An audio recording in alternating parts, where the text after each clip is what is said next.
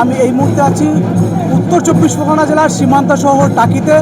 আর বিজয়া দশমীর দিন টাকি মানে বিসর্জন, দুই বাংলার সম্প্রীতির মেলবন্ধন, যেখানে ইছামতি নদী পক্ষে কিন্তু ভারত বাংলাদেশ দুই দেশের কিন্তু প্রতিমা নিরঞ্জন হয়। কিন্তু আসলে চিত্রটি একটু ভিন্ন রকম, কারণ বিশেষ করে ইতিমধ্যে এখনও পর্যন্ত ভারতের এই প্রতিমা নিরঞ্জন তো হলেও এখনও পর্যন্ত বাংলাদেশ থেকে কিন্তু একটি প্রতিমা নিরঞ্জন হয়নি। ইতিমধ্যে একাধিক পর্যটক বা রাজ্যের বিভিন্ন প্রান্তের পর্যটক তারা কিন্তু সারিবদ্ধভাবে দাঁড়িয়ে আছেন।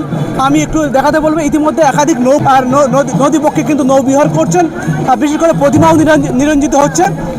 তারপরেও কিন্তু এখনও পর্যন্ত অনেকের কিন্তু মুখ ভার, বিশেষ করে এই মুহূর্তে এখনও পর্যন্ত বাংলাদেশ থেকেও একটিও প্রতিমা কিন্তু নিরঞ্জিত হয়নি। বিসর্জন দেখতে এসেছি, টাকির বিসর্জন বিখ্যাত মানে আমাদের পশ্চিমবাংলার মধ্যে, সেই জন্য আমরা কলকাতা থেকে এসেছি। বাংলাদেশ দেখতে পাচ্ছেন তো কাছে? বাংলাদেশ দেখছি সাতক্ষীরা, নিশ্চয়ই আমার খুব নস্টালজিক আমার কাছে। এখনও পর্যন্ত প্রতিমা নিরঞ্জিত হচ্ছে তো? প্রতিমা নিরঞ্জন তো শুরু হয়েছে, এরপরে নিশ্চয়ই আরও বেশি প্রতিমা নিরঞ্জন হবে। তা আমি থাকবো, পুরোটাই থাকবো, বৃষ্টি হলেও থাকবো।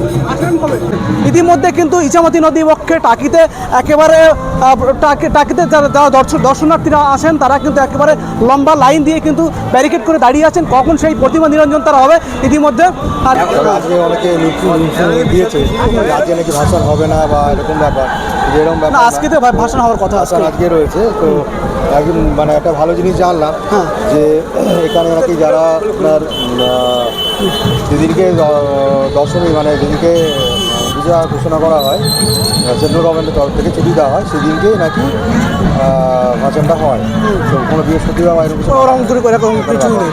পাশাপাশি এই যে পাশে বাংলাদেশ দেখা যাচ্ছে, বিষয়টা কেমন লাগছে? দারুণ, আমার তো অনেক বছর ধরে ইচ্ছা ছিল যেটা দেখার।